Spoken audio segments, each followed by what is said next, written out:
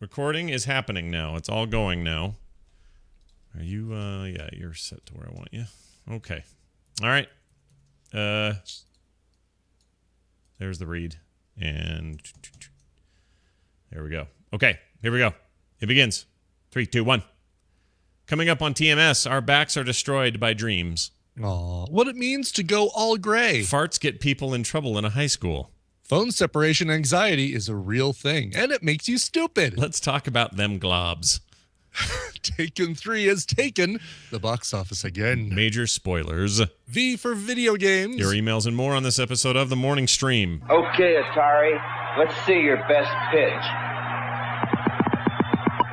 You're out, Rose. The Atari video computer system is 20 cartridges with 1,300 game variations you play on your own TV set. You can't keep me in here, Atari.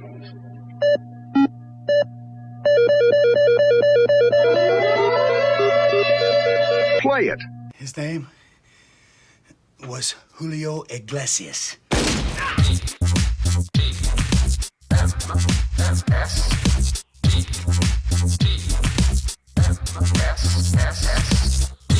Sit down and listen, punk. This is The Morning Stream.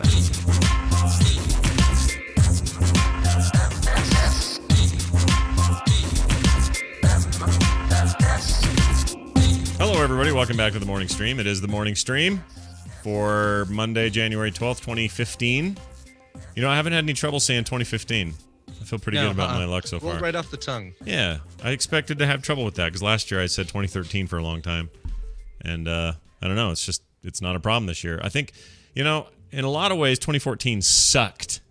Yeah. In a lot of ways, it was fine, but in a lot of ways, it sucked. It wasn't a great year for video games, although Blizzard did really well on all fronts. But the rest of the industry kind of sucked. There were a lot of bad things that happened. The internet got real dickish in 2015. Yep. That happened. Still happening, but, you know, whatever. That's when it really took a crescendo moment there. That was the year my guts decided to be stupid.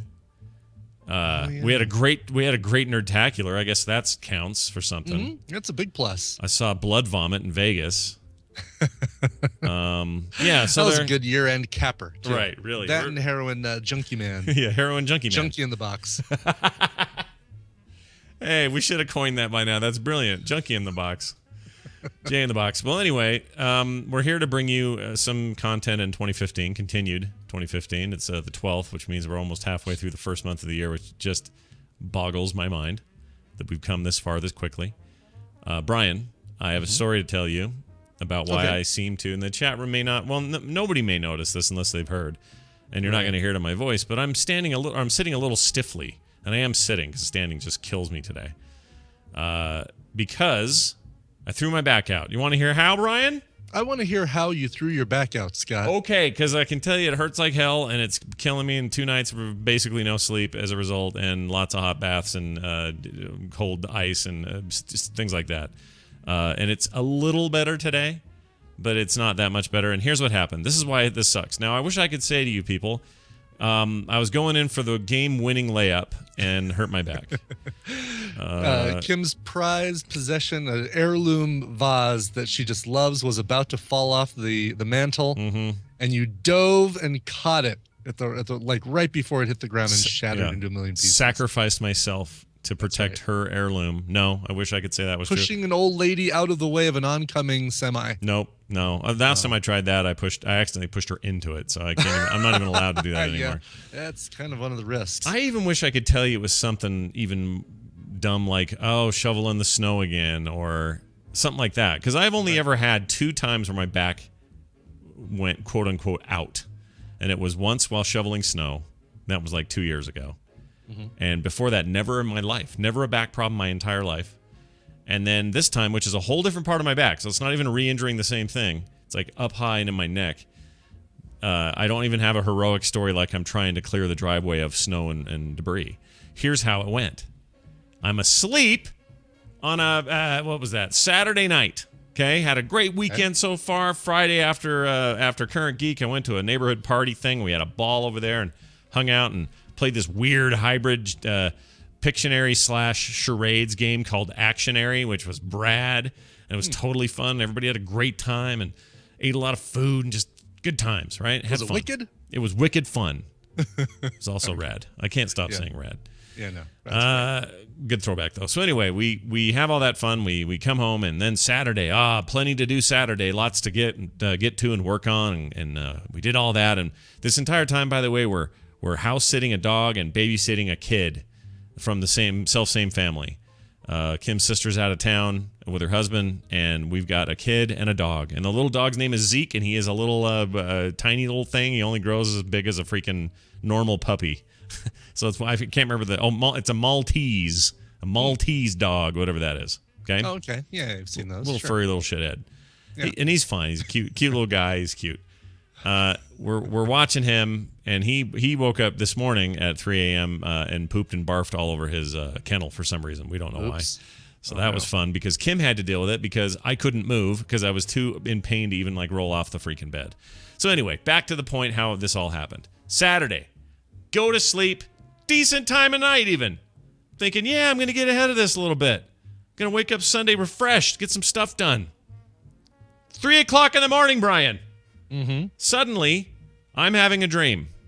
And here's the worst part is I don't remember the dream at all. I wish I could tell you were in it, but I can't because I don't remember. It's one of those dreams. My head in a wheelchair or remember like that? Yeah. Oh, those were the days. Those are the heady days. Heady days, yeah. The bald heady days. I don't remember this dream. This is one of those dreams that seemed real vivid at the time, but I don't remember it now. But I do remember this. It startling me so bad toward the crescendo of the dream that I woke up in such a way and was laying in such a manner that by waking up and physically jerking the way I jerked, I don't know which direction it was, but I jerked, kind of my head and neck went a way that my body was not prepared to cash that check. Mm-hmm. And you heard the sound go like that. And at 3 in the morning, I go, like this, like that. And my poor wife's like, and she's trying to get over a cold, and she's kind of tired, and she's rolling. It's like, what's the matter? And I'm like, I don't know what happened. And I couldn't, for a minute there, I was so overwhelmed by still sort of halfway in the dream, now into I've jerked awake and nearly broken my spine in half. And that is not a heroic tale. Nobody wants to hear this tale of how Scott hurt his back because it's wimpy and lame. Oh, you woke up from a dream and jerked kind of hard? Right. Ooh, you lame-o. I know. It's the most innocuous things, sadly, that seem to cause the worst problems, right? Yes, I hate it. So here I sit, just in utter, I'm okay if I hold still, right? If I'm just looking straight ahead here, I'm good. But if I turn this head, if I turn to the left, it hurts so bad. Oh, jeez. It hurts so bad to do that. And then the other way. So I got a bottle of this roll-on BioFreeze cold therapy pain relief. This stuff sounds totally 100% effective. It really is, actually. It's okay. It's like Bengay in a bottle, except it doesn't smell like Bengay. Oh yeah. So it's super hot, and you can feel it kind of burning, but it does take away. I mean, I'm convinced that these things don't help the pain. Well, they help the pain, but they're not actually doing anything to the pain. They're distracting you from the pain because you've just put on a layer of space age hot wax or whatever the hell this is. And I think that's why this stuff works. Anyway, bottom line is lots of that. Hot baths, cold ice. I can't take ibuprofen, doctor's orders. So I have to take Tylenol, which, by the way, Tylenol is for wimps and wussies.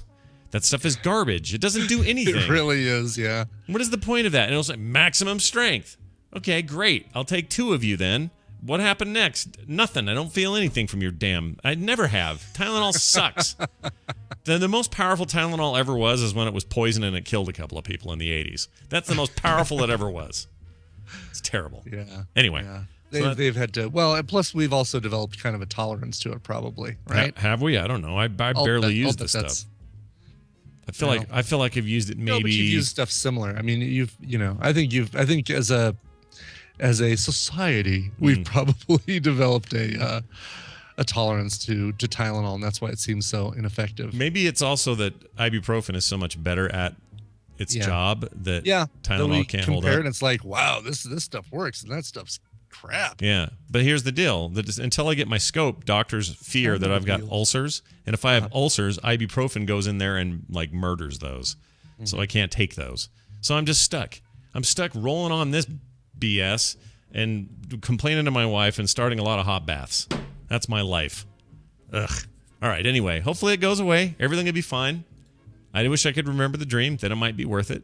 What if that dream was like I invented something amazing, and if I just carried it into reality, I could have been a millionaire? Right, or and now something. you've forgotten it, and the only price you've paid for all that knowledge is a pain in the back. Yeah. You can't. Yeah. I feel like a bad sitcom, like something George Costanza would do, and he turned too hard.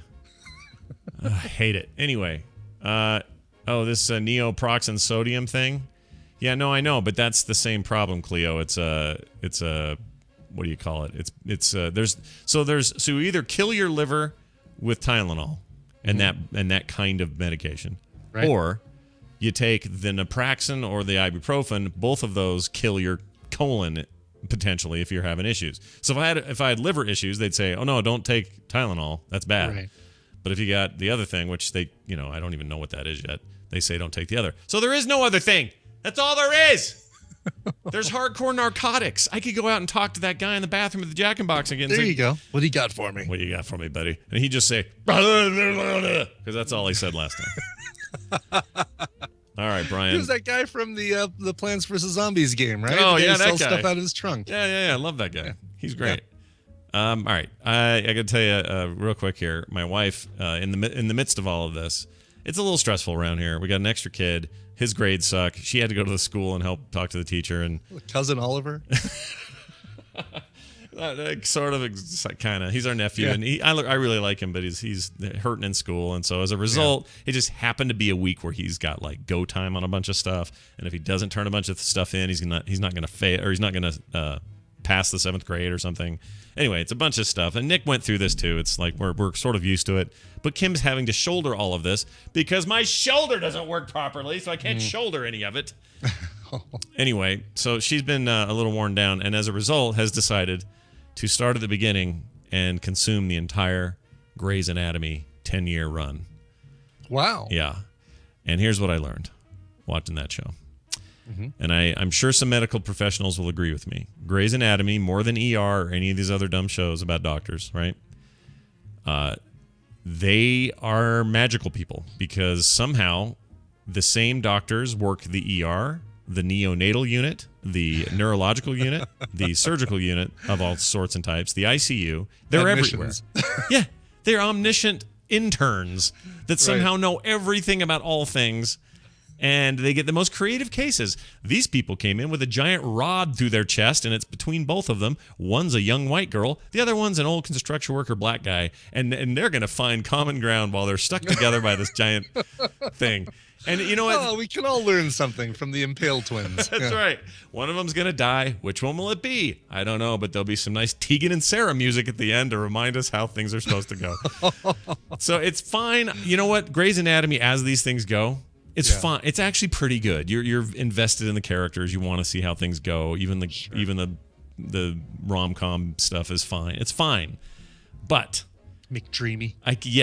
but I can't help but feel that doctors cannot roll their eyes hard enough or far enough when they watch this show, more than maybe anything else. And I'm sure it's like you and I watching the net. When we have some savvy about the internet, we watch the net and go, "What the fishy hell is this?" Right? Well, I'm sure if there was some show about podcasting, and I'm sure somebody's used to, what about iCarly? But if there was some show about podcasting, that we would be like, oh, they've completely simplified that. What about Audacity? Huh? What about that? Yeah. What about Audacity?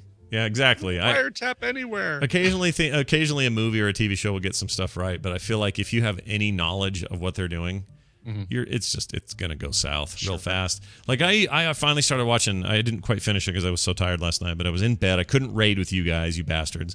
So it's not your fault, it's mine. But I couldn't raid. I couldn't move, so I'm watching movies in bed in my iPad while she's watching that. And I started watching Bernie for the first time, and Bernie's awesome. Is that the Jack Black movie? Yeah, the Richard Linklater. Okay. Yeah, he was talking about that on the Globs last night. Oh, was he? Okay. That's a hell of a thing. That's an awesome movie. If you haven't seen that, you should see that. It's really funny and dark and funny, and then dark again, and then sad, and then really well performed. Like Jack Black is a freaking revelation in this thing. It's really good, and all based on a true story. And that true story has gone kind of weird since. Like, it's a really weird thing, and I'm really enjoying it. And I'm about done with it, but I was so tired I had to stop early. But here's my point. What was my point? I had a point. My point was, Scott, you've forgotten your point. Was something about what? Because when people get things wrong. So that story is set in 1996. Okay, that's the original. That's the thing it's based on. It's a true story.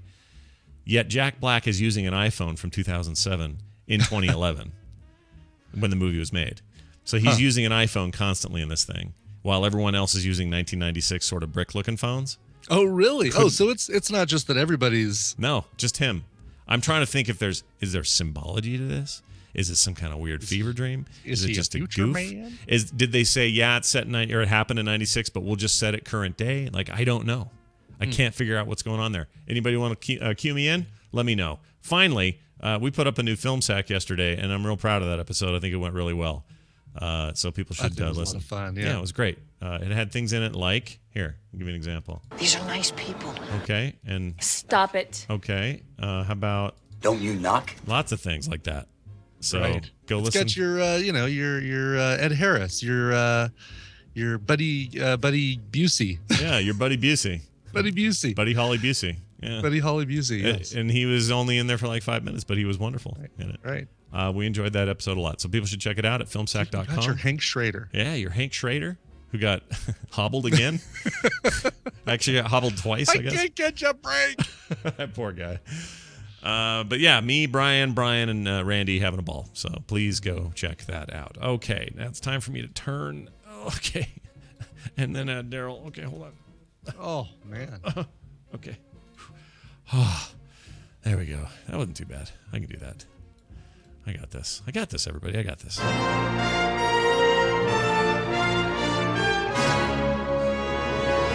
It is Stump a Truck Nerd and is brought to you by the indie band Sean Sleeps Naked. You can help fund their next album simply by streaming them on Spotify, or just go to SeanSleepsNaked.com for all your Louisville music needs. That sounds good. Louisville. Way to go. You did that. Good. You could have said Louisville like an idiot, but you didn't. There's a town up the road from me about 5 miles called Louisville. Oh. Well, see, then it would be okay. Spelled exactly the same way. If you said Louisville there, they'd burn you as a witch. Louisville. Daryl Skeels is on the line from beautiful Seattle, Washington, where the Seahawks have yet again moved forward in their domination of this year's race to the Super Bowl. Congratulations, Daryl. Got to credit the 12th man. Yeah. The screaming fans in the stands that can't let the teams hear what they're doing. Mm-hmm. Yeah. But they'll lose to Green Bay. I want to just put it out there now. They will lose to Green Bay. If they don't lose to Green Bay, listen, if they don't lose to Green Bay, I will back your damn Seahawks. But until then, Green Bay gets my vote. Well, maybe there should be some sort of wager involved, because I'm on the Green Bay wagon as well. I didn't see how did Dallas win? What happened? They beat the Lions? Dallas and the Lions. Yeah, didn't Dallas play yesterday? No, Broncos and Colts. When did Dallas play? They play tonight? And Green Bay and who did Green Bay play? They played the not Panthers. Who'd they play? I can't remember, but they beat them. Well, barely beat them, apparently. Oh, here it is. Hold on. Yesterday at 11. It was Dallas. Oh, it was Dallas. Yeah, okay. Dallas and the Packers. And the Packers won. Yeah. Yeah, that's the important bit. Screw the Dallas Cowboys is what I meant to say. And all hail Green Bay. Why did I have that confused with the Panthers? I guess I'm thinking of the Panthers and Seattle. And Seattle beat the Panthers. All right, doesn't matter. This isn't football time. This isn't football talk. This is Daryl time. Daryl time. Tell us about your life. What's going on with you? How are you? What's going on? What season are we in with Breaking Bad? Just to do a little check in there. Oh, we're in number 4 now. It's kind of in the middle of season 4. Oh, whoa, geez, really? You've sped right along then.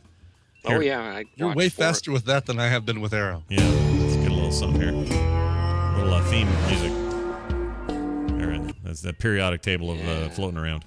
Anyway, 4 is a special season. That is an amazing run. And I don't know how you feel about it so far, but I ended up coming out of 4 going, this may be my favorite show of all time. I loved season 4. Mm-hmm. 4 is kind of, I don't know, to me it's kind of dragging a little bit. Is it really? I loved 1 and 2 because it was just one thing after another. They're going into stupid situations where the poop's going to hit the fan in every show. Yeah. And then 3 turned dark. Yeah. That was still good. Yeah. And 4, well, it's still good, but it's just taking longer to get things done. Well, do you have Mike Ehrmantraut in this season? Yeah. The lab. 4 spends a lot of time in the lab. Oh, 4 has the fly. It has the fly episode, doesn't it? Yeah. That everyone hates. I actually like, but a lot of people hate. Oh, that I thought episode. that was cool. Yeah. Yeah. A lot of people. It is considered the worst of all the episodes ever. I don't agree. Although I can't think of a bad one. So. Yeah, that's true. Their worst is still some of the best TV on TV. But yeah, you got a lot of what's his name in this one. Oh man, I'm thinking of 4. 4 is amazing. You got all that flashback stuff to when he was in Mexico trying to get his chicken joint off the ground, and then Gus, right? Yeah, the whole Gus Fring thing and his buddy. Oh, that stuff is great. By the end of the season, I promise you're going to think 4 might be the best thing ever made. Yeah, and boy, it talked about and a great final episode too. The ending is nothing like you've ever seen, I think. Seminal moment on television. Yes. There's no semen involved. All right, moving on. Oh. Moving back. Let's get back to it. This is our ending theme for our segment today. All right, there you go. That's the end of the Breaking Bad talk. All right, Daryl, let's get to your trivia question about Star Trek. That's what you do. You come on the show and you answer Star Trek trivia, and today's no exception. What episode? Oh, first, wait, a mashup. Sorry. I'll bet this has fart and ball jokes in it. Let's play that. Ozuwera is the player's name. Ozuwera. Oh no, the giant flag has been stolen! Ah! No! It is really, really warm in here. Let me take my clothes off. 3 degrees big bonier. Jollier. Big boner. What? Big boner. Really, really. My bag smells a little poopy. And it's all sticky. Go smoke crack. All right, there you go. That was a mashup. That was something right there. Wow. That was the thing. All right, what episode did this original series clip come from? Here you go. Hyper acceleration is the key. I have counted only 5 of them aboard, but they have taken over the ship, and we are under their control due to... Okay. Which episode of T.J. Hooker is that taken from? Yeah. All of them is the answer. All right. Here are your possible answers. A, The Way to Eden. B, Dagger of the Mind. C, By Any Other Name. Or D, Wink of an Eye. That's my new book about rectal care. Oh, that's terrible. What did I say that for on the air? I don't even know why. I don't know. Daryl, let's think about that real hard, okay? While you think about it, there's a little bit of something here for you. Hold on. Here you go. Are you hungry? Aren't you hungry? What's a foodie? If I were to pick... Hold on. Everybody gets something. Oh, gosh. Give me a minute. Okay. I'm going to recommend... Whew, that hurt. Either the Poppin' Corn New York or one of these corn-flavored candy deals. Or watermelon, or any of these are fine. You guys pick. Brian, you vote. Let's do the giant Inflado bag of popcorn New York. Okay, Popcorn New York. It's got apparently it's got sour cream and onion, like all things in New York have. Oh, and there's a woman on the back who fancies herself to be the Statue of Liberty. Oh, look at that. Oh, she's lovely. Who's this one from? This is still from Fantasy Coin. Oh. This is the hyper inflated bags we've been enjoying. I know, this is like... I mean, look at that thing. I seriously, if I get in a car accident, I want a car full of these when I crash. the airbag did deploy. Yeah, man. All right. Oh, this is, it says it's theater popcorn. It is whole grain, which means it should be better for you. It's not Times Square popcorn. I'm a big fan of popcorn as a regular snack, because it's inexpensive, very low calorie, depending on how what you cover it in. And I'm still looking for my bag. Good fiber. Oh, you can't find it? You can't find your sack? There's so many of them. I know. Daryl was born with 5 sacks. I'm just trying to help. 5 sacks. Trying to help out our buddy Iceworm with some material. Yeah. You don't have it? Where'd it go? No, it's here. I just don't know where. Maybe a coworker done took it. Have you ever had that? You ever had somebody take your food? No. I did back in the day. Big Sharpie right on with a big Sharpie. Yeah, it says Property of Daryl. Don't eat this lasagna. It's mine. It's from yesterday. Cheese rings, pop, gosh. things, a big corn thing. Big corn thing. Big corn thing. Bottles of drinks. Yeah, too much. That's the bag. That's the wrong bag, isn't it? Oh, it sounds right. Oh, it is? Well, I don't know. Am I not digging? Oh, yeah, the New York thing. This was so inflated and big. I thought it was a whole separate bag. Oh, no, it's a... All right, well, I'm going to open mine now. Yeah. Oh, mine's already opened. I've actually transferred it to a vessel. You got like a bowl kind of thing? I do. Yeah, I keep a bowl down here for like snacks. You're so organized. No, I'm really not. You kind of are, though. Like, I watch you over there. You, like, lean back, put a disc in a drive, move the other way, push a button on a thing. Like, you're Mr. Control Room. I like it. I like it. I want to be like you. Ooh. There's a lot of things going on. A lot of balls keeping in the air. Yeah. Spinning those plates. All right, here we go. This smells like it came out of a theater seat. It's good. It is good. Sour cream and onion popcorn. Good They have combo. not... This popcorn barbecue and then this one, these have not let me down at all. Oh, it tastes way better than it smells. Yeah, this is really good. That nonchalant smirk on the fake Statue of Liberty lady tells me all I need to know. That this is good stuff. We'll just sit here and eat them all. Yeah, okay. Okay, well, I'll be eating that today. Daryl, do we have any birthdays today to celebrate? Yes, we do. Oh, great. Speaking of popcorn and movies, you would go and see a movie and see Kirstie Alley in The Wrath of Khan. She played Savick, and she's 64 today. 64? Wow. Mm-hmm. She had a good run on Cheers. I love the work on Savik's Closet. Savik's Closet was a heck of a thing. It was a great spinoff. What was that show she did called Fat Lady something? Like a fat lady deal? Yeah. Big Fat Lady it was called, or I'm too fat. Veronica's not. It wasn't that. It was a different movie or show. Hold on, we gotta look this up before the chat room gets to it. Okay, Kirstie Alley. She was in such films as Fat Actress. Fat Actress. So it wasn't just called Fat Lady. Okay. Okay, now I understand. That had Dan Cortez in it. Remember Dan Cortez? Dan Cortez. He was like all MTV, whatever MTV pumped or. Yeah. What's he up to? Let's see. Let's find out what he's up to. He was born in 1967. A little older than us. By a few years there. Oh, yeah. He had a run. He was doing all right. Now he's refilling the shrimp tins at the Branson buffet. Yep. He's in video shorts like Family Dinner, Soccer Mom, and Changing Seasons. All right, Dan Cortez. Good luck to you in your fine career. But that's not your birthday we're celebrating. It's Kirstie Alley. Congratulations to her. She had a hell of a Vulcan mind meld in that movie, didn't she? Because she was going all kinds of. Oh no! I'm thinking of Sex and the City lady. Right, that you're that, thinking of Samantha. She went all evil. Kim Cattrall. Yeah. In Undiscovered Country. But wasn't she playing the same character or something? Or no, I have this all wrong. So 2 was Kirstie Alley, and then 3. Right. They had another actress come in to play that character, right? Right, and it wasn't Kim Cattrall, and Kim Cattrall was in a different one. That's right. Yeah. Got it all worked out. All right, Daryl, let's get back to your question. The Way to Eden, Dagger of the Mind, by any other name, Wink of an Eye. One of those was that clip I played, which I'll play the rest of here shortly if you get it correct or wrong. Either way. Okay. I knew this pretty quickly. Yeah. It is Wink of an Eye. Wink of an Eye. Well, I don't know, man. Only one way to know.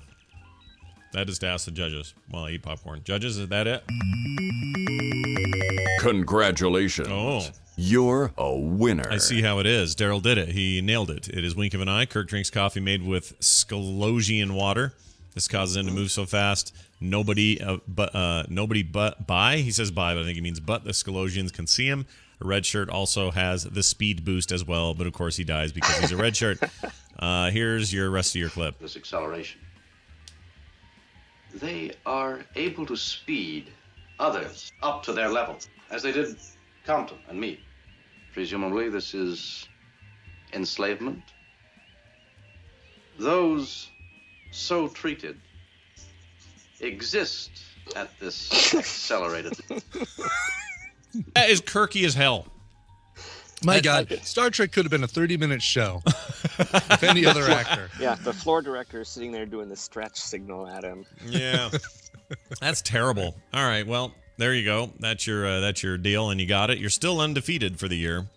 Yeah. And I would like to also point out you are totally defeated for the year. Yeah. All your we are not doing not well. one bright spot. Yeah, not doing well, but we'll get there. Don't worry. Daryl's I think that'll change soon. Okay, well, maybe today.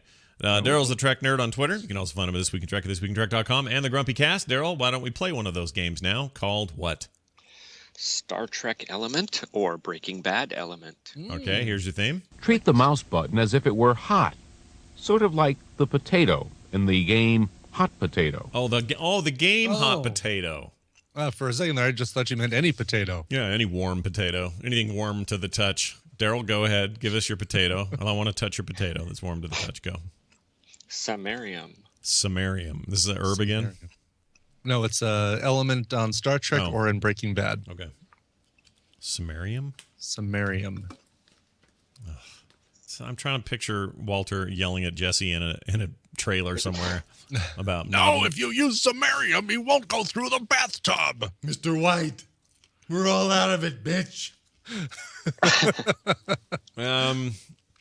Yeah, I don't know. I really don't know. I don't either. It's Trekky sounding, but I mean, they were pretty factual on Breaking Bad as far as the elements that they were talking about. Like, I don't think there's anything that it may not have given you the accurate recipe for making meth, especially blue, 99.4% pure.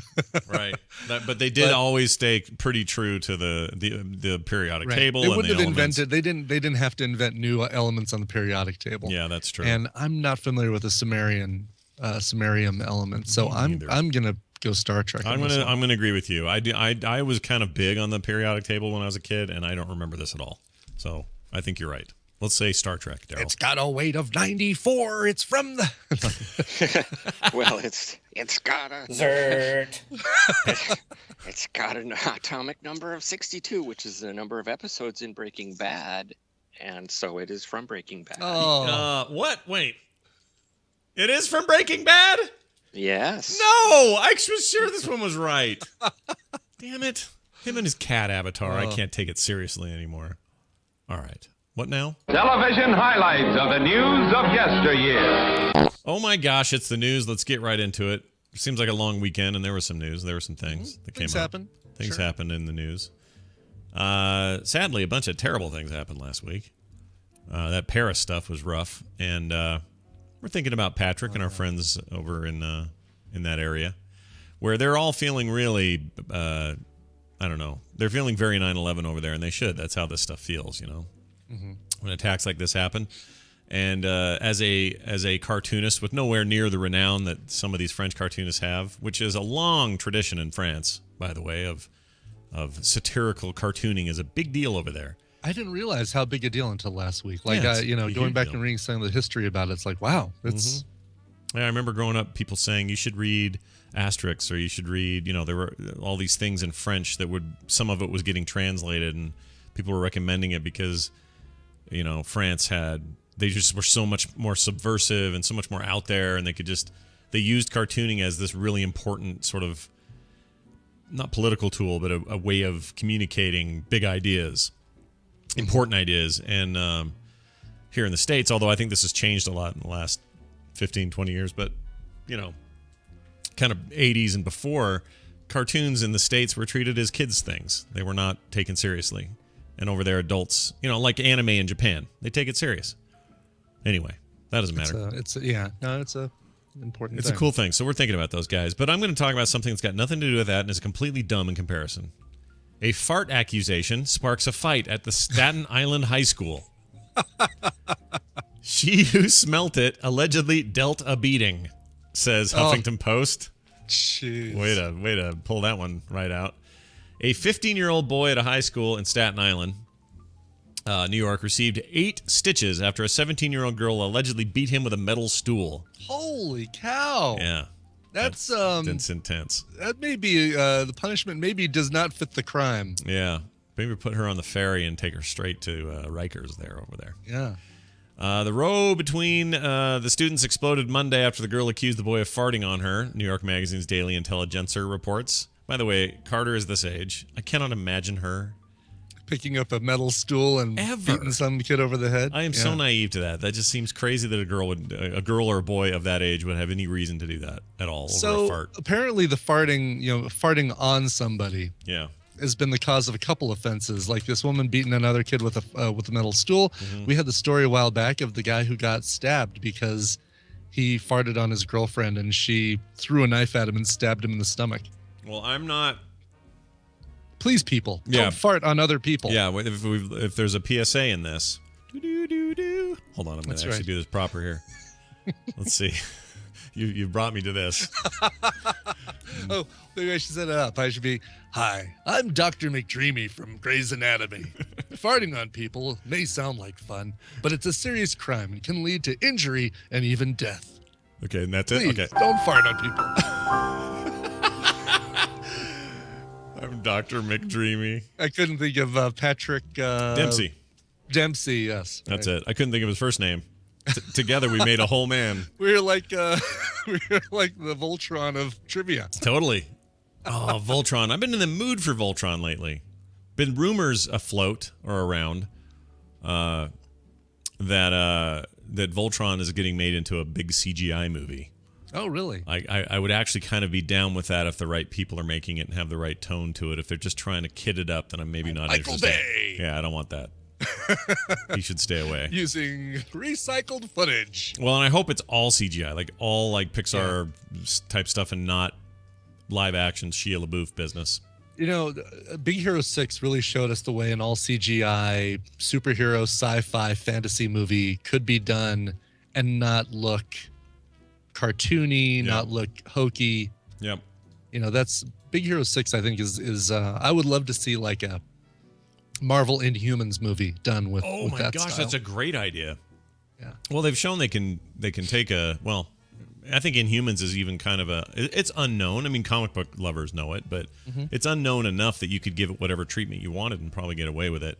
Right. And they did such a great job with Big Hero 6. I mean, we are getting a real Inhumans movie, but are we? Oh, that's right. That was part of their lineup. It's on the 2018 or 2019 or something. Well, I'm into that.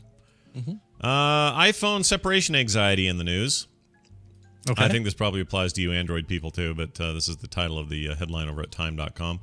iPhone separation anxiety makes you dumber, says a new study.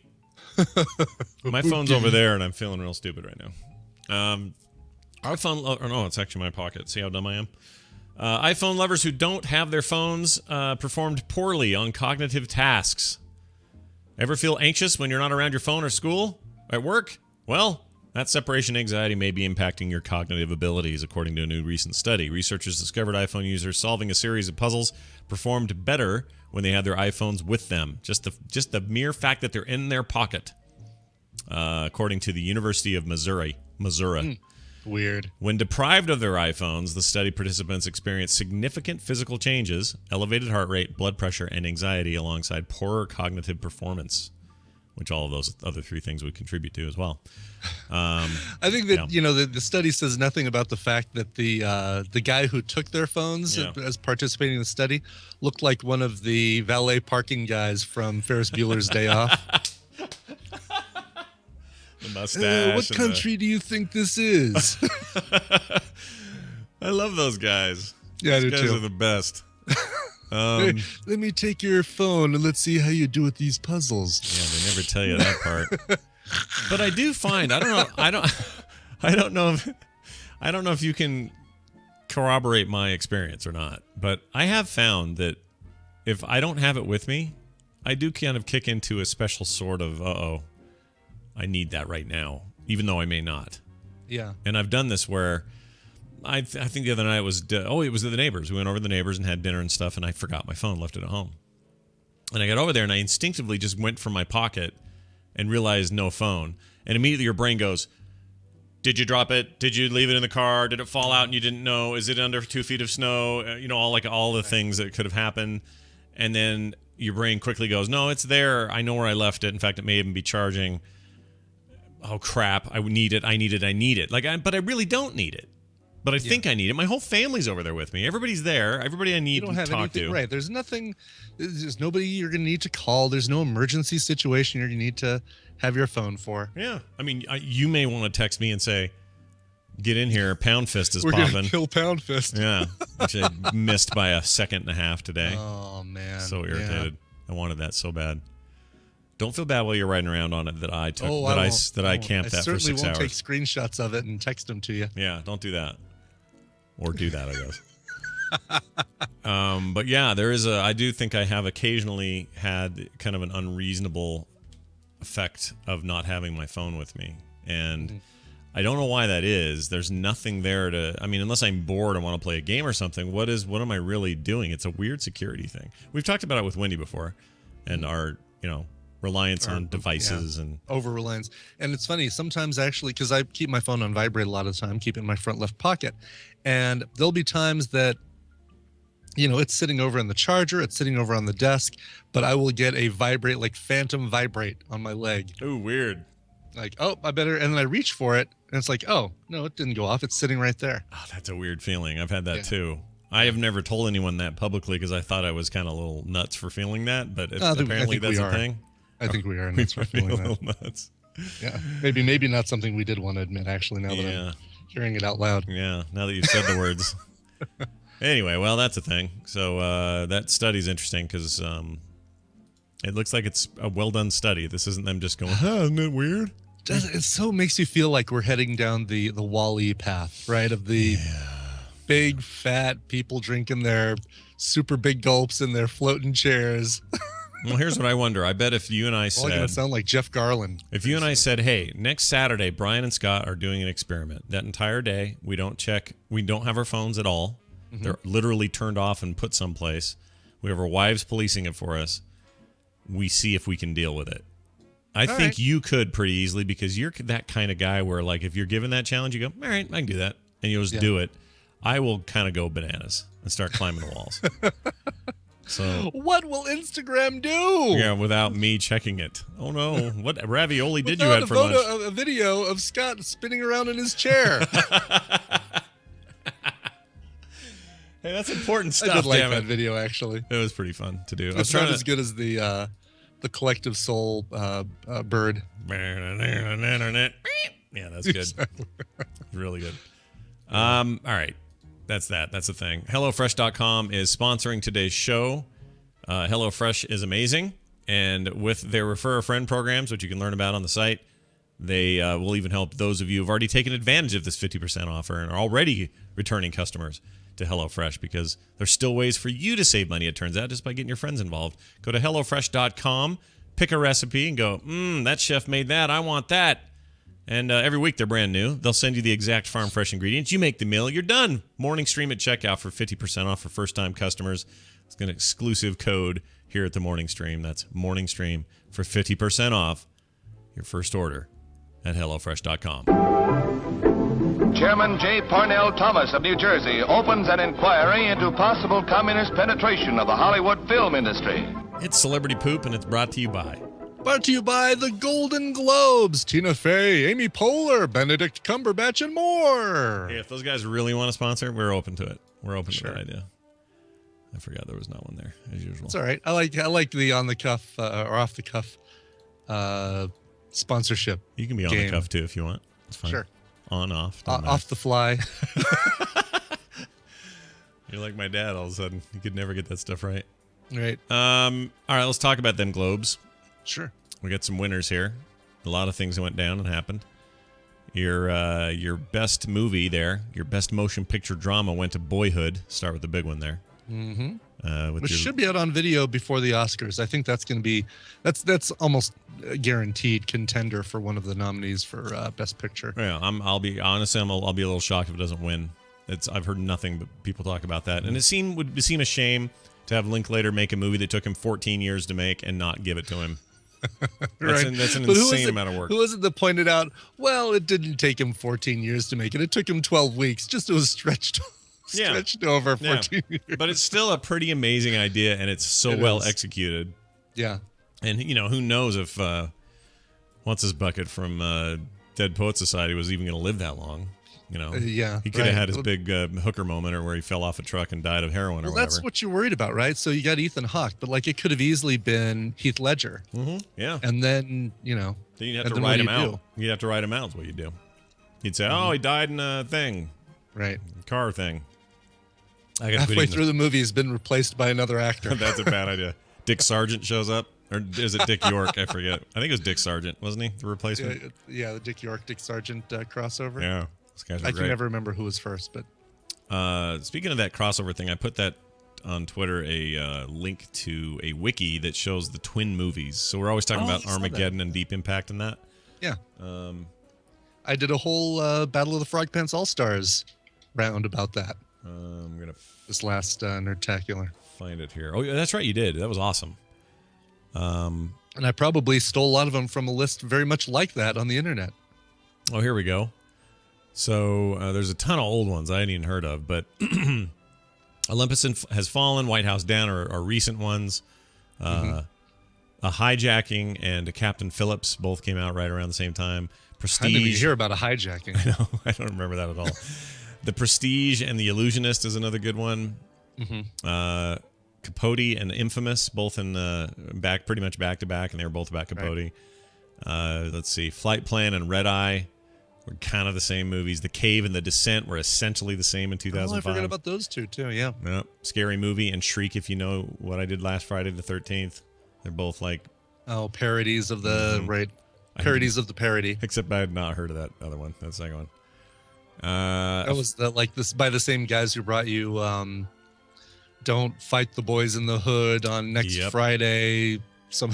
I can't remember the one, but that sounds about right. But 97, I mean, this is great. Let's say 95 through 99. That was a banner time for this because you had Braveheart and Rob Roy, Tombstone and Wyatt Earp. Well, that was a little earlier, but Dante's Peak and Volcano, Ants and A Bug's Life, Armageddon and Deep Impact, and Saving Private Ryan and Thin Red Line. I mean, that's just about as much as you get there. Wow. Iron Eagle and Top Gun in 86. Oh yeah. That's great. And quite often there is one winner and one loser. Yeah, for sure. Best performance by an actor in a motion picture: Eddie Redmayne for The Theory of Everything. Best performance by an actress. That's he played the Stephen Hawking. Stephen Hawking. Best performance by an actress in a motion picture was Julianne Moore for Still Alice. I hear that's really, really good. Plays a woman with Alzheimer's. Early onset. Yeah. Yeah. Like 50-year-old something. Right. I hear she's amazing. J.K. Simmons won for Whiplash. That's him beating and yelling at that drummer kid the whole movie. Give me some pictures of that Spider-Man. Yeah, that one. Patricia Arquette for and then he forced him to do terrible things in that prison cell. Wait, that's Oz. Best performance by an actress in a supporting role in motion picture: Patricia Arquette for Boyhood. I like her. Can she read people's minds in there like she did on that on Medium? Medium, yeah. Or whatever she did. I don't remember what she did. Tina and I got a little fed up with that show. We were watching it regularly, and so many episodes begin with her having some premonition and then waking up startling in bed. No. And then after a while. while. Like somebody on this show at 3 o'clock in the morning. Yeah. After a while, that starts to get a little And rough. the husband just puts up with it. Yeah. The husband doesn't say, you know what, maybe it's time we just look at separate rooms. Was that that guy from Wings? Is that who that was? No. It was, God, what else was he on? We've seen him in other things, and I think we've seen him in some film stack shows, but... Let's see, Medium. Oh, Jake Weber. I think I may confuse him with Steven Weber because they look a lot alike. The last name, sure. He's a British guy. Oh, yeah. You know who I couldn't believe was British? Speaking of the Globes?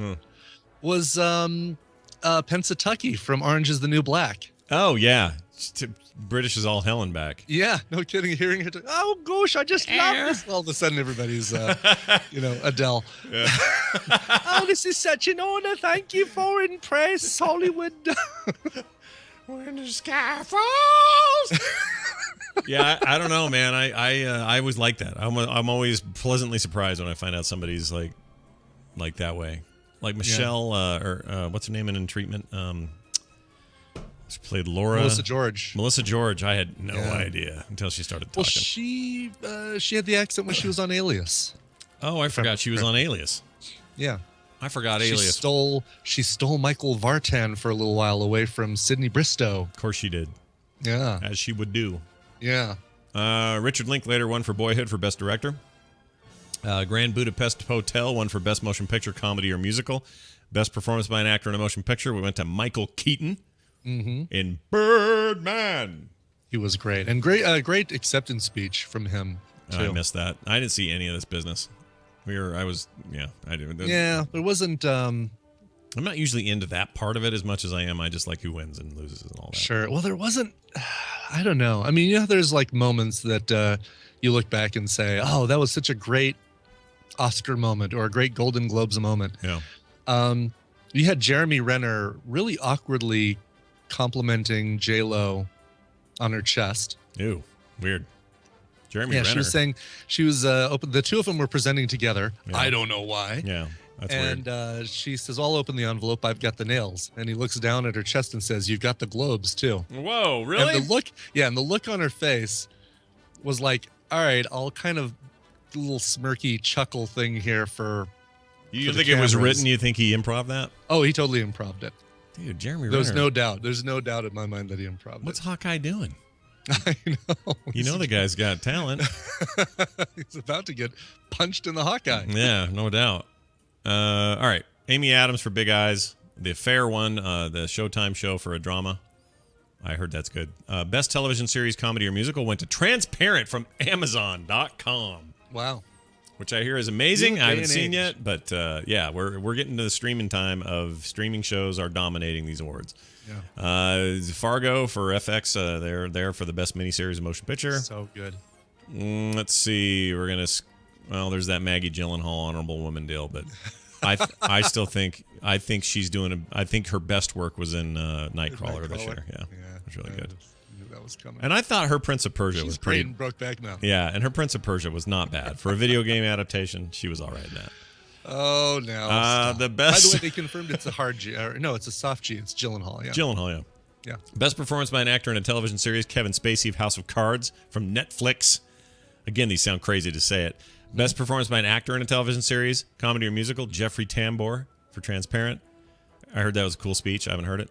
Mm-hmm. Best Ruth Wilson for The Affair for the actress in a television series. Pennsatucky. Mm-hmm. That's her. Hello, I'm Ruth Wilson, and I play a redneck with bad teeth. Yes. And in this other show, I'm extremely hot and pull this married man away from his wife. Oh wait, no, that's not. It says Ruth Wilson for The Affair. Yeah, that's the TV show where she's pulling the married man away from his wife. Right. Okay. Let's see. I'm going to skip ahead here to some other stuff here. We got some Downton Abbey wins, some more Fargo business. Billy Bob Thornton won for a miniseries actor deal. Did he accept? Was he there? Yeah, he did, and he was pretty funny. I mean, he said came up on stage and said something like, "So, I realized too well, or I know too well in this business that you can get into a lot of trouble for things you say. Yeah. So I'm just going to say thank you." And that was it? Walked off the stage. Nice. He hasn't had any sort of trouble with that recently, has he? No, but back in the day when he was married to Angelina, there was lots of stuff. Oh, yeah, okay. I think that's what he's talking about. He has a great story about having a crap on a bus that I heard once on some radio show. Really? Yeah, it's really funny. I like Billy Bob and his work. He seems like he might be kind of a dick in life, but I don't know. I mean, who knows? We don't know these people. They're just on the screen. We don't know. Oh, wait a minute. People are saying that Ruth Wilson is not Pennsatucky. Hold on a second. Am I getting That's Taryn why I was Manning? confused. That's why I was confused. Am I getting Taryn Manning and... Oh, okay. Well, what's... Oh, wow. No kidding. I thought these were the same people. Same actress? Same actress. Oh. This whole time. See, that's what you do. You think all women look alike, you misogynist man. man. I do. You all look alike to me, you women. Happy to see Best Animated Feature Film go to How to Train Your Dragon 2. That was a really good movie. I would have probably given it to... Actually, I'd probably give it to that. I really like that. Oh, no, you know what I would have given it to? I liked Box Trolls a hell of a lot. But I think How to Train Your Dragon 2 is pretty damn good. It was a good year for animation generally, I think. Anyway, there's more. You can go find it yourself at deadline.com. Bunch of lazy butts. I'm not going to read it all for you. Yeah, go look it up yourself. Finally, in the celebrity news, Taken 3 opened at the number 1 spot. Big shocker there. For the first weekend box office, it dominated its competitors by almost $30 million. The highly anticipated Taken 3 hit theaters this weekend. Had something to do with somebody going missing, him having a special set of skills. Right. And now he'll have to kill you or whatever. It's tanking in the reviews, though. Nobody likes it. Sure. The first 2 people liked them. Most egregious flaw is the use of the number 3 instead of the E in Taken. I agree. I think we're done with that. I think we should be done with that. Here it says right here. Hold on. 11% on Rotten Tomatoes. Whoa! Holy cow! But it's taken a bath. Is what it's doing. But it creamed the competition. Just creamed them. It says as with the let's see. Taken 3 is such a blatant paycheck gig. I spelled paycheck funny. For Liam Neeson, you almost expect him to stop mid-movie to deposit his loot into an ATM. All right. Well, there you go. It's doing well, and it killed everybody else. Battle of the Five Armies still doing fine. A big jump into the woods. What is it? Into the Woods still doing okay. Mm-hmm. And that's your. Still want to see that, but that's probably a rental. I agree. Hey, Casper.com, everybody. Casper.com. My favorite mattress in the entire world. Why do I say that? Because, my gosh, I have one. And it is responsible for all the good bed rest I'm getting while my back went out. Thank goodness I have a decent bed, because I can't even imagine how poorly this would suck if I didn't have a good mattress to lay on after I yanked my neck that night. I love it. They're amazing. Casper's great. They have these obsessively engineered mattresses at a very low price. You're used to going to these places and paying way too much for these freaking things. It's comfortable, has just the right sink, just the right bounce, long-lasting comfort and support. And you can get them online, completely risk-free. Check this out. 100-day free delivery and return just to test the thing. No strings attached. You don't have to do anything special. You try it out. You have 100 days to decide if you like it. If you do like it, well then, boom, you're in. They're all made in the USA, which is kind of a nice thing these days. Get a mattress for $500 for a twin, $950 for a king-size mattress. Compare that to industry averages. That's an incredible price. Go to Casper.com/morningstream and enter the code morningstream. And let's save you a little money. How about an additional $50? That's right, $50 off with that code at Casper.com/morningstream. Brian, let's take a break. When we come back, We've got Steven Schleicher. We've got Veronica, who I just heard from, and some emails. But let's do music now. I always feel like in those Casper ads, we should probably get you to say dog kennels instead of mattresses, just in case. I should, just to be safe. But yes, man, what an awesome bed! In ancient times, there's a very specific reference that like 3 people in the audience got for that one. Well, if you did email us, and you'll win a prize. Not at all. Your prize is we'll read your email. Okay, go ahead. Mark Owens emailed in, said, "Dear Sodium and Bicarb, I'm rolling 2 events into one request. January 11th marks my 45th birthday. I asked for a cordless drill and got gray hair instead. Yes, I'm disappointed. January 13th is the first anniversary of working the streets again in an ambulance, this time as an RN/medic. The Frog Pants family has gotten me through some grim shifts, which I and the wife and kids appreciate a lot. I'd love to hear a cover by Living Colour, the first band still together and touring when I discovered them. A great alternate would be a cover of a Living Colour song, as I've never run across one. Learn the pump and blow show, yo, says Mark. That, by the way, is our euphemism for CPR. Seriously, though, take a class, save a life. So he means the Cult of Personality band. And by that, I mean literally that was their one giant hit. That was their biggest hit. What was it, Letter from a Landlord or something like that? Glamour Boys. Yep. Oh, yeah, Glamour Boys. Yeah. I remember really liking them. I remember being a young white person going, hey, that's cool. Kind of they are kind so edgy and urban. Yeah, that's I'm awesome. A fan. I like it. Anyway. All right, so on their album Vivid, or on the re-release of their album Vivid, the reissue with some bonus tracks, they included this cover of The Clash's Should I Stay or Should I Go? Go pick it up today. Here is Living Color.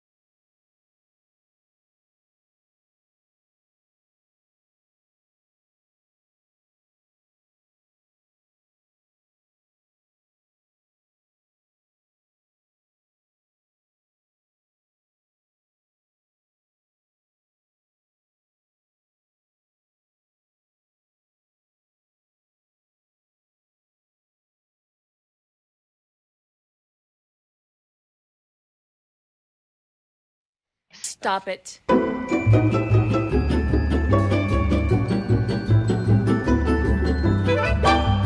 The Morning Stream. Why, oh, why did I take the blue pill?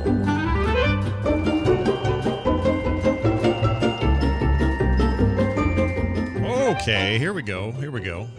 Ooh, what happened there? All right, we're good. That was a cool song. When Gene Triplehorn tells you to stop it, you stop it. Gene Quadruplehorn, as she is now known. Yeah, you don't want to mess with her. Whoops. Here we go. Steven Schleicher. Oh, come on. There he is. Do you have to summon him like Beetlejuice? Oh, I can barely look over there. Yeah, I got to say it 3 times. And bees come out of his mouth, which is not what people expect. Oh, but there's Virginia Madsen, so it's not. Yeah, all right. It's never all bad with Steven Schleicher. Hello, Steven. Good morning, guys. How are you? Good, man. Good morning. How are you? I'm here. Yeah? It's Monday. I can feel My wife just got over the flu, and the other one stopped throwing up last night. So one of those good flus. times. It's a banner morning is what it is. Oh, yeah. It's one of those days where it's like, I'm glad everyone's out of the house. Yeah, dude. No doubt. That sucks. I don't like the flu at all. I don't like stomach viruses at all. I don't like any of that business, and it's at a high point right now. And oh, yeah. It's supposed to be like one of the worst years ever for it. on Yeah, I both think they sides. said the flu vaccine was not as strong as they thought it was going to be. This year. Or it didn't cover the right mutation or something, or Yeah. it's still good to get because if you get the other one, then that's still good to guard against. But the real virulent one that's like bringing people to their knees and killing people over 65 and under 5, that's the one you want to avoid. Avoid that. Yeah. So, well, I'm glad that you, sir, are doing okay and that you're in one piece. Yeah, today. Yeah, today anyway. Let's not get too far ahead of ourselves. Stephen It's comes still on early. right. Stephen comes on the show from majorspoilers.com and talks about all the cool upcoming things in the world of comics, pop culture, movies, and more. And it's always interesting at the end of the year or the beginning of the next year. You always hear some crazy statistics or fun statistics. In the world of comics, it's always like, oh, what movies made the most money, and that seems to dominate the headlines. But we always kind of forget that also there were comic books sold, and Marvel seems to be doing well. Yeah. Yeah, it always seems to be Marvel in the top spot month after month in the information released by Diamond Comic Distributors. Now, these are comics released in the direct market, so sold directly to the comic shops, not taking into account any buybacks or any comics that are not sold from the comic shop to the individual reader. But Marvel always dominates this, and they dominated it so much this year that every comic in the top 10 for 2014 was a Marvel comic. Wow. Amazing Spider-Man #1 was the #1, and then it just kind of goes down from. Oh, I'm sorry. #2 was Walking Dead. I kind of forgotten about Walking Dead because well, they're still in your estimation, they're still working on the same storyline, just repeating it over and over. Yeah. And it's really funny. There's a audio drama zombie story from several years ago that I'm listening to right now. It's like, holy crap, this sounds exactly like a lot of the same things happening in The Walking Dead. So, but everything else, Marvel Comics, Rocket Raccoon #1, Death of Wolverine #1, Death of Wolverine #4. That was a weekly series for a while. Thor #1, Original Sin #1, Death of Wolverine #2, Death of Wolverine #3, and Superior Spider-Man #31. So it was a good year for Wolverine, even though he's dead. Bad year for Wolverine. Yeah, bad year for Wolverine, even though he's dead. Spoiler alert. Yeah, good year for Spider-Man. Good year for Spider-Man, definitely. Unless you count the movie, which wasn't that great. But I did know, I'm noticing a little trend here. These are all characters who were seen in, with the exception of Thor and Walking Dead, obviously. Walking Dead had TV, but with the exception of Thor and I guess Original Sin, these are all characters that had major movie properties this year. Right, exactly. And certainly with the success of Guardians of the Galaxy, no one expected Rocket Raccoon to be as a high seller as was. I think we talked about it before, something like 300,000 copies were sold of Rocket Raccoon on that first issue in the first printing. Yeah, my money is that it wouldn't have done jack if it wasn't for that movie. No, probably not. Nobody cared about Rocket Raccoon until they realized that he can be done cool, and now suddenly everybody cares. I'm not cynical about that. I just think that's, it's interesting. And so if you look at the top 10, or you look at the top publisher 10, Marvel on top at 34.38%, and DC right below them at 28.86. To me, this is a call to them to then look at the comics that took the top 10 spot. It's a call to DC to go, all right, get over yourselves and figure out your movie plans, because clearly sales are directly impacted by your success in the box office. Yeah. And certainly this week comes, Marvel Comics now has the Star Wars property back, and the first issue of Star Wars comes out this week from Marvel Comics. Early estimates are that there's 1 million comic books that have been sold in the direct market to the retailers. Oh, wow. So that could be, if that is the case, that would be the #1 comic for 2015. Yeah, that's a big... There haven't been a comic that's sold that high in 30 years at least. I was going to say not since maybe the Amazing Spider-Man days before McFarlane took off. Like that would have been maybe then. That would, but you got to remember in the 90s, they were really suffering. Marvel Comics was. Yeah. So they weren't selling as much. The last time comics sold in the millions regularly were back in the 50s and 60s when Scrooge McDuck comics were selling 1 million copies an issue. That still blows my mind. Yeah, it's dropped significantly since then. But it's good to see that there is a rebound going on with comic sales in general. I mean, even though Image Comics has only got less than 10% of the dollar share, they came in at #3. There's still a lot of comics being sold through Image and IDW and Dark Horse and so on. Yeah, well, there you have it. Also, it looks like CW, the channel responsible for most of the things my wife likes, is renewing The Flash, Arrow, and a bunch of other shows, mid-season show launches and stuff. So that's exciting. How do we feel about it? I mean, I feel like the writing was on the wall. The Flash already had a strong start. Arrow has been doing continually well. I mean, it seemed like a no-brainer for that channel to Oh yeah, bring back. definitely. We've got Supernatural is getting season 11. Some people have mixed feelings about that. Jane the Virgin gets season 2, the original season 3. Vampire Diaries, man, 7 seasons of that already. Oh my gosh, really? I know, it's Jane the crazy, Virgin right? Just won on the I think the actress won on the Golden Globes last night. I know there was a For which And show? For Jane the, Jane the Virgin. Virgin. Yeah. I was going to say, if it was for that Vampire Diaries, we're going to have words, and I may have to quit this world. The Flash won like People's Choice Award 2 weeks ago, and so it's really very, very popular right now. In fact, the CW had a big press event yesterday with the television, Media Association or whatever it was, and they had a bunch of Flash news that came out from that. We've got that over there at Major Spoilers right now, including some costumes for some upcoming characters and the reveal of who is the Reverse Flash. Most people kind of know it, but they kind of confirm some things. Well, but people new to the characters and the stuff, they probably have no idea. They're probably just excited to find out what the hell's going on. Get more Flash, yeah. I hear there's word of an Atom.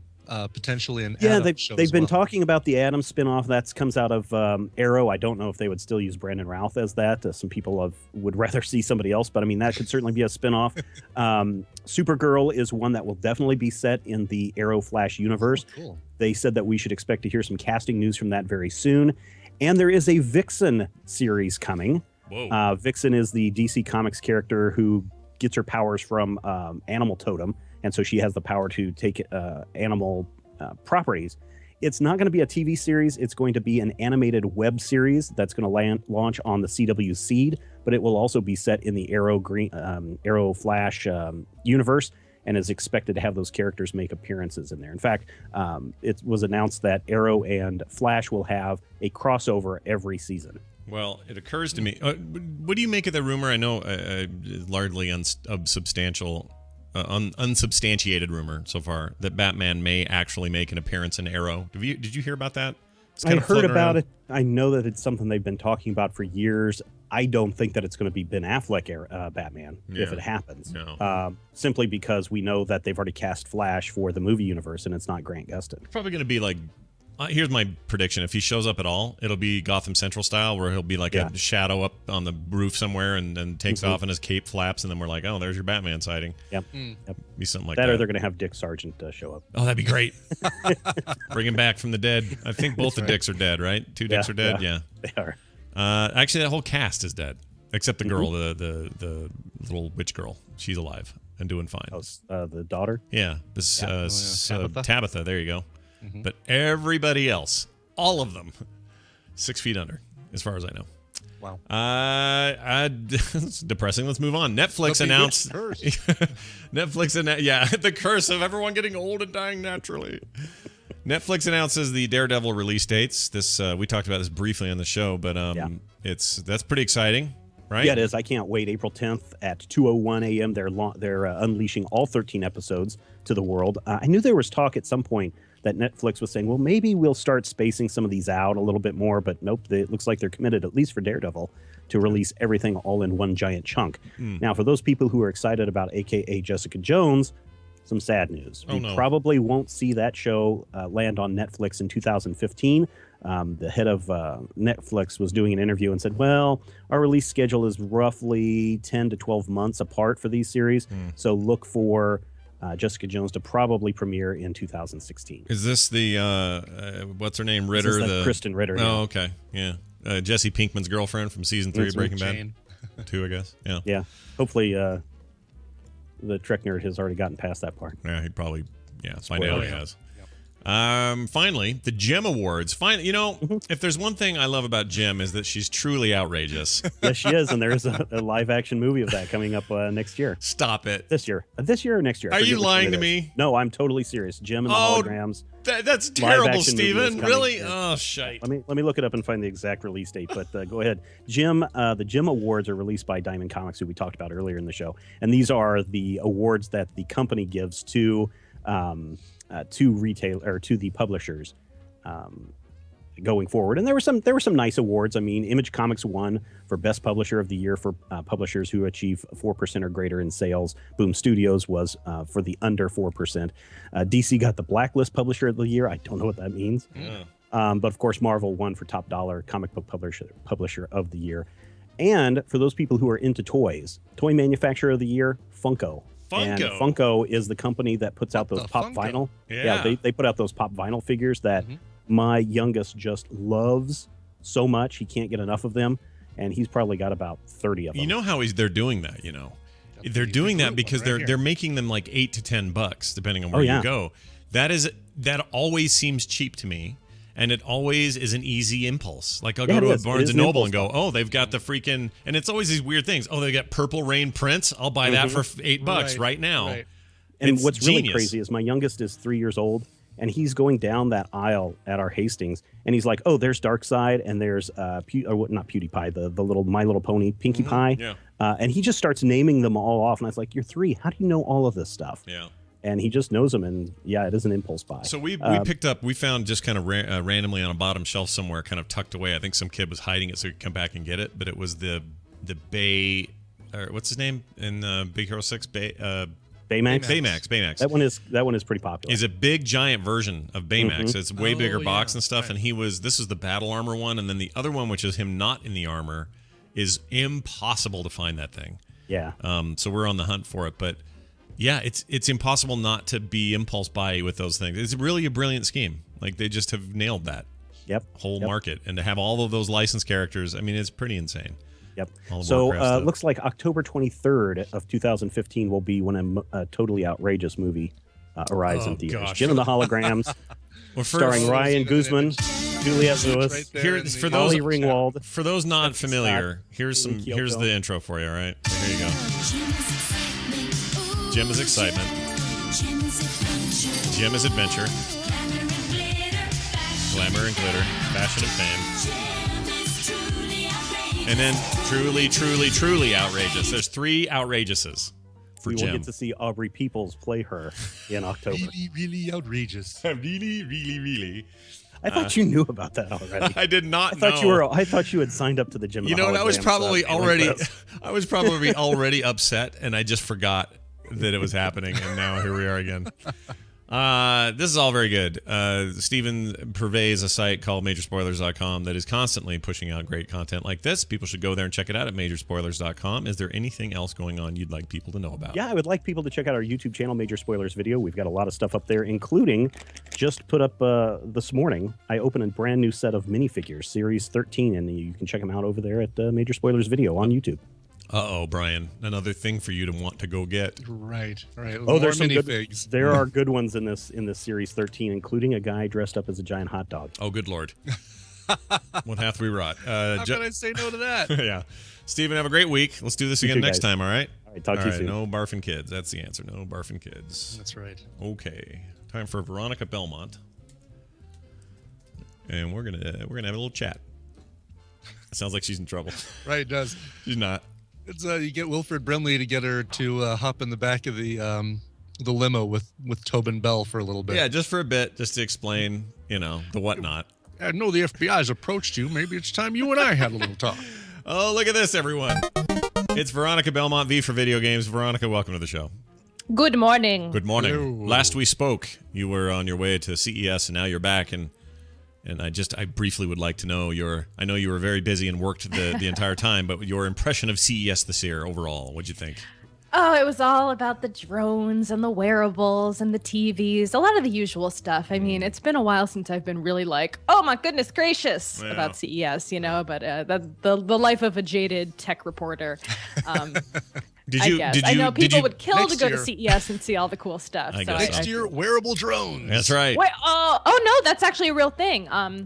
There's a product called Nixie, and it's flynixie.com, and it's actually a wearable drone selfie camera. What? Oh, good, because those 3 things needed to be merged. All right. Yes, they won Intel's wearable competition back in the fall, and they're fantastic. It's a really cool product, and hopefully that'll it's better than a selfie stick. If you can have a flying drone follow you around and take pictures of you. There it is, right there. Nixie. Yeah, there you go. Now, this is the one that it senses where you're at and follows you, right?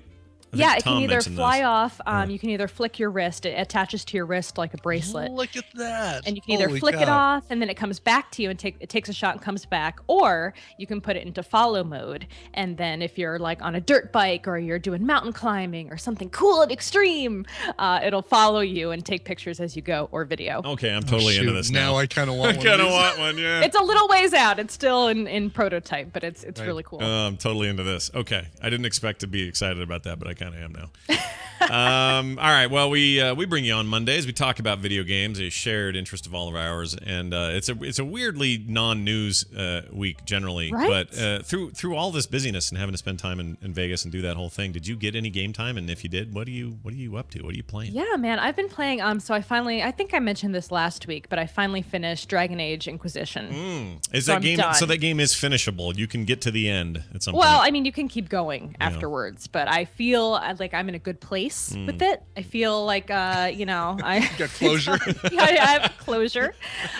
So that being done, waiting for DLC on that. Maybe gonna jump into some multiplayer at some point. But right now I'm in Civilization Beyond Earth, and I don't know if we talked about that either. But We haven't very much. I have it as addictive. well. And are you okay? It was generally well received, but the criticisms that game has are mostly kind of a weird criticism to have, because they're basically saying, hey, that game that is already awesome in Civ 5, that's basically this, but the stuff's just named after space things, and it's not truly like we're in a new planet and therefore doing something totally different. You really are kind of doing the exact same things. You're just doing it in the future. You're doing it with future tech, but you're really playing Civ 5. It kind of feels like a skin for Civ 5. Yeah.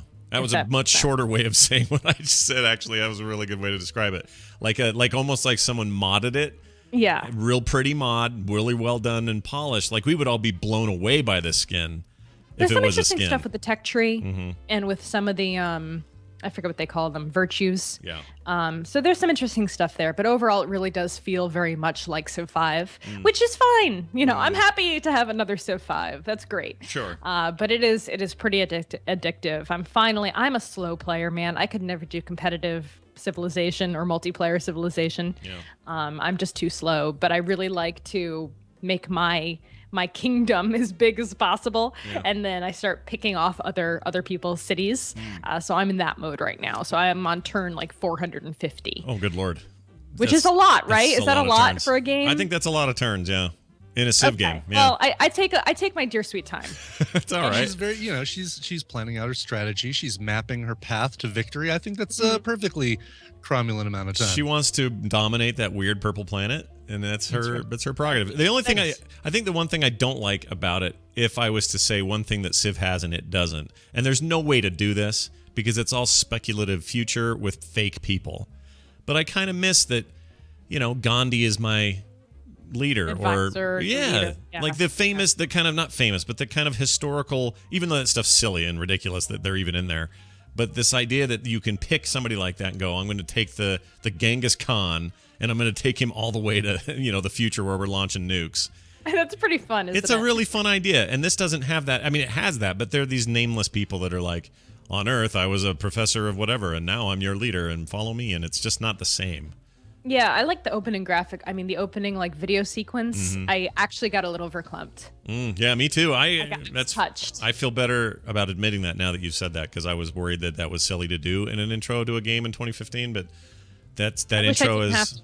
Watch it. Did you find out the loading sequences are really long? Yeah, very. For the beginning of the game, like click to continue, then click again, then click some more. Seems weird, and again in a late 2014, early 2015 world that we're still dealing with that, but. That intro is special in a way because it decided to go it went real dark and not exactly what you'd think. Like I would have expected, we have as a society come together Star Trek style, and we don't even have currency anymore. We're just going to expand and explore. And no, it's a gnarly piece of bad. It's like we're screwed. We're getting off this hunk of rock. Yeah. Who's coming? Yeah. All right, actually only some of you can come. Yeah, and then you get that whole discrimination factor, and you got this nebulous sense of, whoa, who's in charge here? It looks like India finally won the poker game, and we're all subservient to India now, and that's based on futurist predictions about how that place is exploding and growing economically. And whenever games start getting into that territory, That makes me nervous. Really? That's not how I saw it. I saw it as every different nation is like sending who they can, because that's kind of like the point. You get there and then you've got all these different world powers that you can choose to play as. Yeah. So I feel like we're just seeing one perspective, but all of Earth's superpowers are sending. Oh, that may be. Yeah, good point. Up. That's a good point, because you were taking off somewhere, India or somewhere, but I just noticed all these Sikhs and stuff were like soldiers. And I'm like, yeah, okay, I guess because you watch Firefly and you're like, I guess China's going to just rule us all now. That'll be how the future goes. That is true. That is true. That is actually what will happen. That's happening now. We just don't know it. No, that's a cool game, and I'm glad you're digging into it. When you do decide to pick up the multiplayer in the other one, in that other one, Dragon Age Inquisition, let me know, and maybe we'll stream that, because I haven't touched that part of it yet. Me neither. Oh, that'd be really fun, because I'm still level 1. I just made my character. I haven't even gone into the game, so we should do that. We should totally do that. We'll find out a time and do it, because I have zero experience with it, and it would be. I'm sure at this point they've patched in whatever fixes it may have needed, or I don't know if it did need them or not, but it should be a pretty stable experience, and we should try it out. See what's up in there. Sounds great. All right, cool. It's Veronica Belmont, everybody. Veronica on Twitter, but you already know that. Cosmopolitan's own Veronica Belmont. That's right. In the Cosmo. Can you explain something real quick? Yeah. That meme with the M&M store. What is that? What are you talking about? Where everyone's feet are shown in that couch and that table, including yours, and like Felicia, and like Notch was there, and like all these people taking pictures of this angle that showed like part of the M&M store and part of that other thing it connects to with their feet up. Well, there was a... Well, I wasn't there, so I don't know what you're talking about. I thought you did that. No, what are you talking about? No, okay, there was a big party at Notch's house, and everyone cool in LA was invited, and of course I wasn't, because I live in San Francisco and I suck. Right.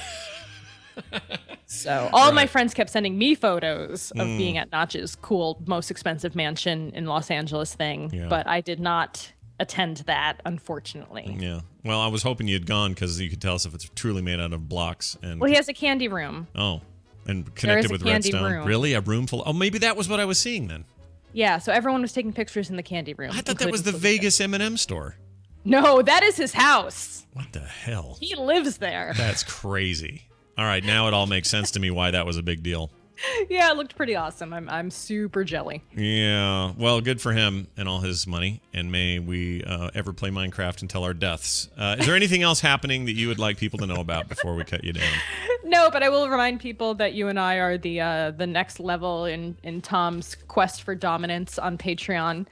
So if you want to see us on DTNS, head over to patreon.com/acedetect and get us to that next level. And Scott and I will be on DTNS weekly. Yeah, every week you can have a dose of us in the tech news that we know so well. Veronica Belmont, thanks so much. We'll talk to you next week. See you guys. Bye now. See ya. All righty. Good stuff. I swore that was in Vegas, because all those people were in Vegas that week. So I thought, this was the M&M store. Sure, it had to be, right? But no, it was in some candy room at Notch's house. Candy room. That guy, dude. How do you mine candy? What did he pay for that mansion? $75 million, was it? Oh, who knows? I think that was right. I don't know. Notch mansion. We're gonna find out. Okay. Minecraft creator, because we talked about it on the show briefly, but I don't remember what it was. Oh. He outbid Beyonce and Jay-Z on the Beverly Hills mansion. Right. Yeah. We talked about that here. $70 million. Oh, there it is. There's the candy room and his feet up. Okay, well, now it all makes sense to me. Oh, my gosh, that thing, dude. Overlooking the ocean. All right, I'm looking this up here. now. I'll give you the link. What? No way. Really? That is the room? Yeah. Look at that. Click that. And then have your mind utterly destroyed. Look at that bar. Jeez. Oh, life is so hard. Yeah, it's real hard. Man, just come up with the next Minecraft and you're in, dude. Jeez. That's funny, because that shot with the grid with the like the couch and the grass and everything. Yeah.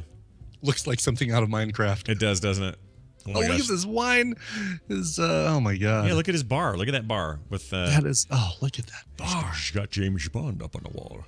Yes. She cannot stare. Wow. Yeah, it's huge. And this doesn't even do it justice. Other photos I've seen are disgusting. Here's what I would do if I were Notch. I would sell that company. I would earn $2.5 billion. I would move to this giant house, and then I would never leave it again. It would have everything I would ever want in it. Sure. Movie theaters. I'm sure there's all this stuff downstairs, upstairs, whatever. Look at that. Oh, I want to go to that party. I wasn't invited. You think San Francisco's dumb, Veronica? Try Salt Lake City. He's not inviting anybody from here. That's actually not true. There were some SLC gamer people there. Anyway, here's the point, Brian. It's time for emails. Emails are brought to us by nobody. I'm just going to read them. Here you go. Okay. James wrote in, I'm listening to Wednesday's podcast. You mentioned an article that had the qualifier, quote, non-Hispanic white men, and you were questioning the validity of such a statement. As someone born and raised in San Antonio, Texas, to an all-Hispanic family, I can tell you that there are many light-skinned Hispanics who could easily pass for Caucasian if you didn't know their ancestry. In fact, many people of Spanish or Mexican descent here have light skin and blonde hair and blue eyes. Much love. Right, I get it, but I still don't understand the non-white. The Hispanic men were white. They're not supposed to be white. They're supposed to be white. I still don't know. I don't know. Something about the term bugs me, but I see what he means. I get it. Do you ever see those pictures of that African or South American tribe they found that are like all albino, just like white as? Oh no, huh? That's so weird. Wow. Find that all white tribe. Let's see if I can find this here. Okay. All white tribe. The white tribes. Nope, can't find it. Okay. Never mind. All right. Brian. I just did a search for albino African tribe. I didn't see it either. Okay, I must be. I might be saying it wrong. Someone out chat room. You guys know what's up. To all the sushi trolls, says Brian. Not you, different Brian. Okay. To all the sushi trolls, I just want to point out that most fish is flash frozen at sea, especially sushi grade fish. These boats go out for weeks at a time. Even on the coast, fish are not fresh out of the water. Also, there's a law that says you have to freeze before you can serve. There's no difference between a fish being frozen on a boat for a week before you eat it or being on a boat for a week and then flown inland. Sorry if you'd mentioned this on the podcast. I had to pause and write this email. I can't stand people that try to discount seafood from landlocked places. I work in the industry. It seems like people that try to make these claims are just elitists that don't know how food works. Eat the roe, yo. Though, eat the roe. I think he meant eat the roll. No, he meant eat the roe. That's the little orange fish eggs that they put on top of some sushi. Oh, is that what it's called? Uh-huh. Oh, I didn't know that. Salmon roe. All right. They ground That's good stuff. They ground a certain ensign up on Star Trek and put her in the meatloaf. You'd be eating the roe. Well, she was invisible to most of the crew except for Geordi. Yeah, that's true. I think they had sex, but no one said anything about it. Yeah, so yes, there's another reason that also people were pointing out that it's not legal to serve fish straight from a boat straight to the restaurant. You have to freeze it. It has to be inspected. Like there's a bunch of stuff that has to happen. So the fact that it has to go inland a bit, is shipped by plane or transport and it's still frozen, has zero impact on whether that was good sushi or not. So thank you everyone who's come to my damn defense. Mawaki wrote in, final email says, Hola, sack and balls. Your balls, I am the sack you stay in. You keep me in line. That's right. This is about boys' bikes versus girl bikes. We brought that up, and I always assume it's because boys would hit their crotch on the, or why was it flipped? It should be the other way because boys would rack their goobers on the straight bar. Why not give them the dip, or have both have the dip or whatever? Anyway, crossbars are horizontal on men's bikes and angled down on women's bikes, as you expressed concerns about guys racking their tenders on the crossbar due to their closer proximity. From what I understand, it's probably mostly legacy from a time when all women wore dresses. Having the angled crossbars allows women to get on and get off their bikes without raising their legs up that high. Even sitting on the bike, women would not have to have their dresses hiked up to their thighs near the crotchatorial region. Brian's phone. Sorry. Also, as a mechanical engineer, I can tell you that the horizontal crossbars provides much more strength to the structure of the bike as compared to the angled orientation. Since in general men are more physically strong and impose more load on the frame of the bike, the crossbar was always horizontal for men. This would be especially true back when bikes were made of such weaker materials, such as wood. Wood bikes. Oh, God. As bikes are made of very strong materials now, I'm guessing the orientation of the crossbars was just left to provide a visual quick check on which gender average it was sized for. Nevertheless, protect the boys, bros. Mawaki. I really like that email because it made sense, and it has science, and it has history, and I like all of those things. Dresses. Riding a bike in a dress. Yeah, Can't right? imagine. Those are the days. I mean, I've seen a lot of pictures of that, but it never occurred to me that that's why that thing was curved. That's it for the show. Thank you for sending your emails in. The morningstream@gmail.com is the email address to use. If you'd like to support this show, go to patreon.com/TMS. Become one of those who sees great value in the many hours of content we provide per month and get it on the cheap at patreon.com/TMS. You can find us by calling us. Leave us a message at 801-471-0462, or you can follow us on Twitter at Scott Johnson for me, at Coverville for Brian. Coverville for Brian, and Morning Stream for the show. That's Morning Stream without the. That's going to do it. I think that's it. You got anything else? Am I missing anything? I got nothing else. Okay. Nothing. All right. Nothing is what I have left. I have one thing left, but what's a song? Oh, then play that. Okay. All right. This one's going out to Marco Casabin. Oh, sorry. Okay. I was playing the Marco Polo. Okay. It got cut off. Oh, I'm in Notch's pool playing Marco Polo. Dang, half duplex. Oh. Guten Tag, Scottisburg and Bryansboro. Yeah. Or Coverville. First off, your show rocks, and you have definitely helped me in some boring hours at work.